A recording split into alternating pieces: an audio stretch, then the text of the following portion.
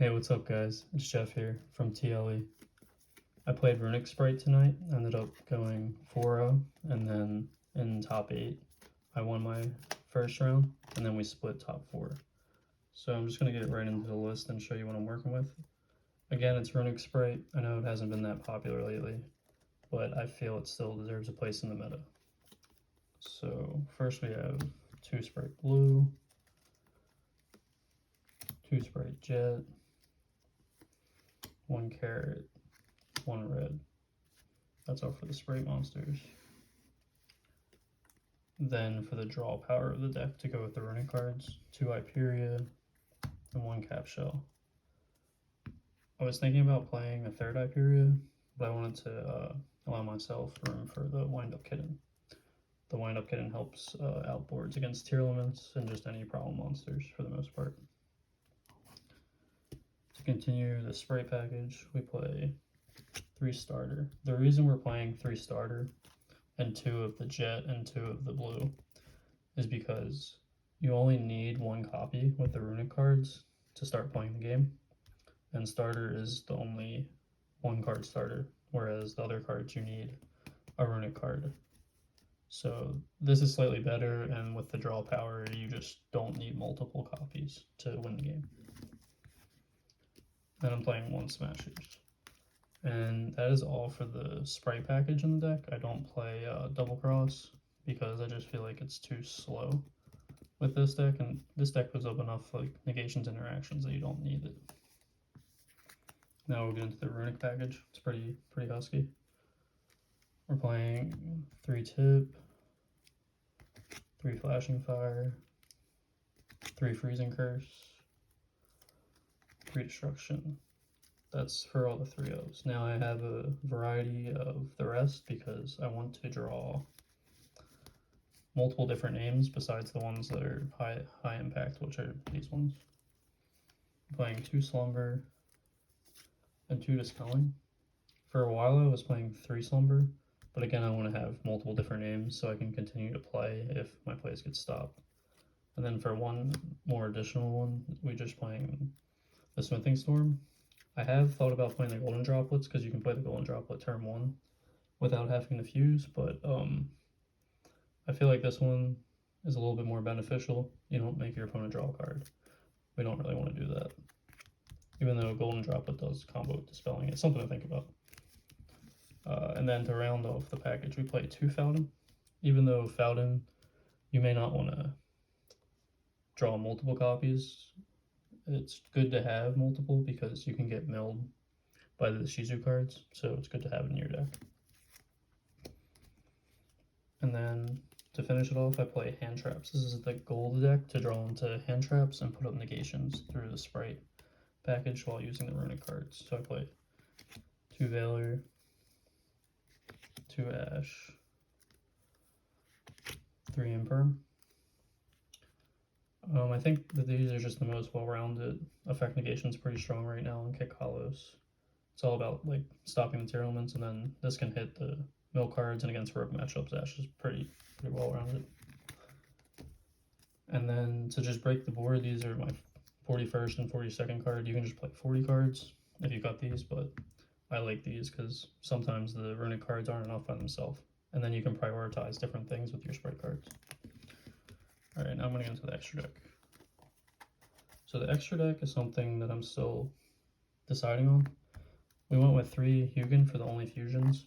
I want to include the Fangs and perhaps cut the Fountain down to 1 because this can recur your Fountain, but the fact that this is a level 2 comes up way more often than recurring the Fountain, so I'd rather just play the 2nd copy of Fountain. But this is something to consider. Moving on, Orochimaru. This is really good because you lose your battle phase a lot. So it's easy to go into this, deal with the problem monster, and then continue on from there, and then deal with it later on in the following turn. 2 Gigantic, pretty sure that's pretty standard at this point. And then for link 2s, we have IP, which you go into all the strong link 4s. Phoenix, that's just for like floodgates. If you get hit with like there can only be 1, or like just like they have a back row, but honestly, that's something I would consider cutting for the Fangs, because it's kind of like similar, and this has more versatility. And then 3 Elf. That's it for the Link 2s. The only other notable Link 2 to think about including is like Dark Charmer. Playing 1 Unicorn, so my IP doesn't always have to go into a Link 4. It's a little bit easier to go into Unicorn and out the board. And then for Link 4s, we play the Avermax, because it's almost an auto win most of the time if they're not playing Underworld Goddess with your IP and Elf, which it just helps a lot against the decks that have like a higher ceiling than you. Play 1 Underworld Goddess. Kind of the same reason, like for what I'm afraid of. It's like you just play this so you have an ability to out things like Avermax or the AI deck. If you were to go against that, like you have an unfair advantage at that point. And then you have Abomination. I was trying this out over access code because you cannot attack a lot of the time, so this is pretty easy to trigger, gets destruction effect off. Then I'm gonna get in the side deck. Everybody's favorite Red Resonator, really good in time. Other than that, it's useless. 2 Nibiru. I wanted to play Nibiru tonight because I had anticipated that there would be more combo decks, and I could pair this with Effect Veiler Imperm, and then with all the Runick draw, it would be easy to get to both 2 hand traps and also reestablish my field at the same time. Playing 2 Silent Graveyard. This is mostly an Abyss Dweller, but without having to make Abyss Dweller. So if you combine that with, like, I play Raigeki too to break the board, you can either just like shut off the graveyard, so you can shut off the monsters that are able to interact on your turn, and then also on your opponent's turn, if you go first, you can draw it, and it's kind of like a blowout. But it also is really good with Raigeki because they have graveyard effects, and you just destroy their board. We have 3rd Dark Ruler. This could be subbed for Raigeki, but I just wanted to keep in Dark Ruler because some things Dark Ruler is better against than Raigeki. 1 Feather Duster for your generic backer removal. It's a little bit riskier than Cosmic Cyclone, but it's like a blowout against most of the decks that you want to put in Spell and Trap removal, and you already have the 3 MST Runick cards. It's like Destruction, you already have 3 of them, so. Moving on, we have 3 Evenly Match. This is for going second.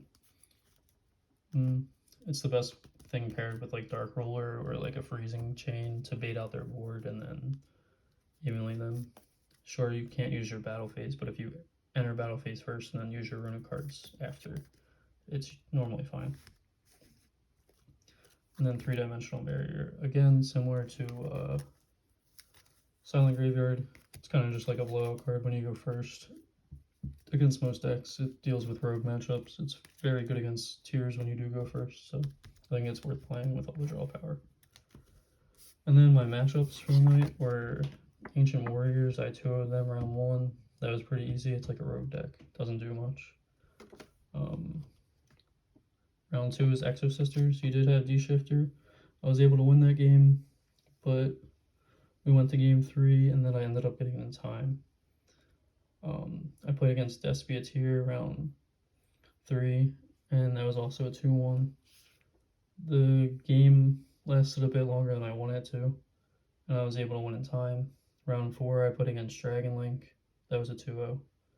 Nothing notable. It was just Dark Ruler and Runick cards. And then top 8 was Crystal Beast, somehow snuck in top 8, and that matchup pretty much got handled by the Runicks. Alright, well, I think you guys should check this out. If you have any other questions, just feel free to comment, subscribe, and let me know. Alright, have a good day. Keep it up.